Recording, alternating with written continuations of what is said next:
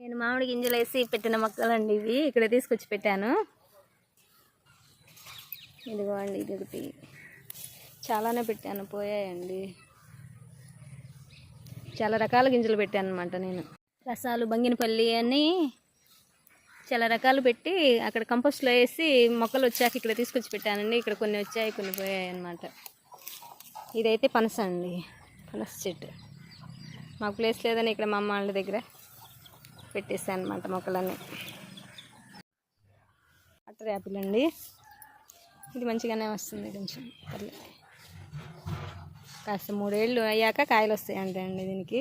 Red water Apple అనమాట. దోసకాయ చెట్టు చూడండి ఎంత అల్లుకుందో, అంత బాగా పూత పిందె మీద ఉందండి. చిన్న చిన్న పిందెలు అనమాట.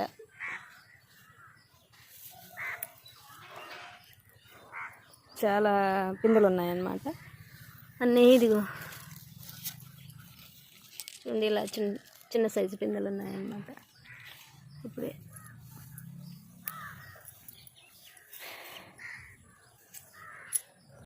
ఇవి బీరకాయ చాలా పడ్డాయండి. అయితే మేమే చాలా కోసుకెళ్ళాం. ఏ మందు వేయకుండా ఇలా పెరగటం అంటే చాలా టేస్ట్గా ఉన్నాయి కాయలు కూడా అండి. అంతకుముందు అంతా గేదెలు ఉండేయండి, అందుకని ఏ మొక్కలు పెట్టేవాళ్ళు కాదు. చింతమ్మకాయ మొక్కలు ఒకటే ఉండేవి. ఇప్పుడే కొంచెం మొక్కలన్నీ పెడుతున్నారనమాట. గేదెల చావిడిలా ఉంది గడ్డి.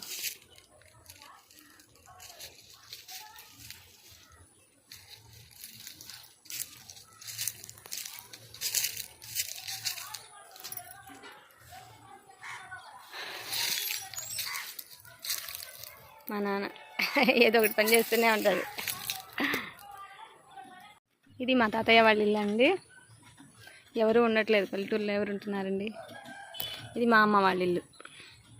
బ్యాక్ నుంచి తీసానులేండి, ఫ్రంట్ రోడ్డు పక్కనే ఉండేది అనమాట ఇల్లు. సొరకాయ చెట్టు అండి, ఇలా తాటి చిట్కాలు చేసుకుందో చూడండి. కాయలు వచ్చేసినాయి కూడా మా ఇంటికి, మా నాన్న తీసుకొచ్చేసారు. ఇదంతా అల్లుకుందండి. ఇక్కడ ఇంకో బీరలు ఉన్నాయన్నమాట.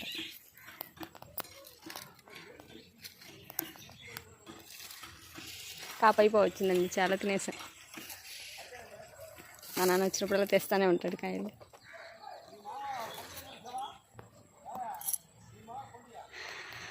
ఇదండి, నచ్చితే లైక్ చేయండి.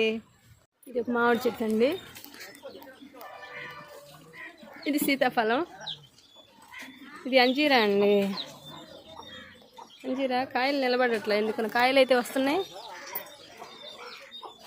నిలబడకుండా రాలిపోతుందండి. దీనికే కాకర చెట్టు అల్లుకుంది. బొప్పాయి చెట్టు, ఇది అరటి.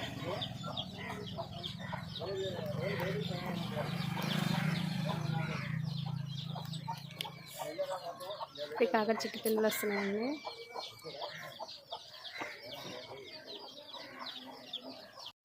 పల్లెటూరు నచ్చే వాళ్ళకి మాత్రం ఈ వాతావరణం చాలా బాగుంటుందండి. అందరికీ నచ్చపోవచ్చు, నచ్చే వాళ్ళకి చాలా బాగుంటుంది. సపోటా అండి, పాల సపోటా అంటే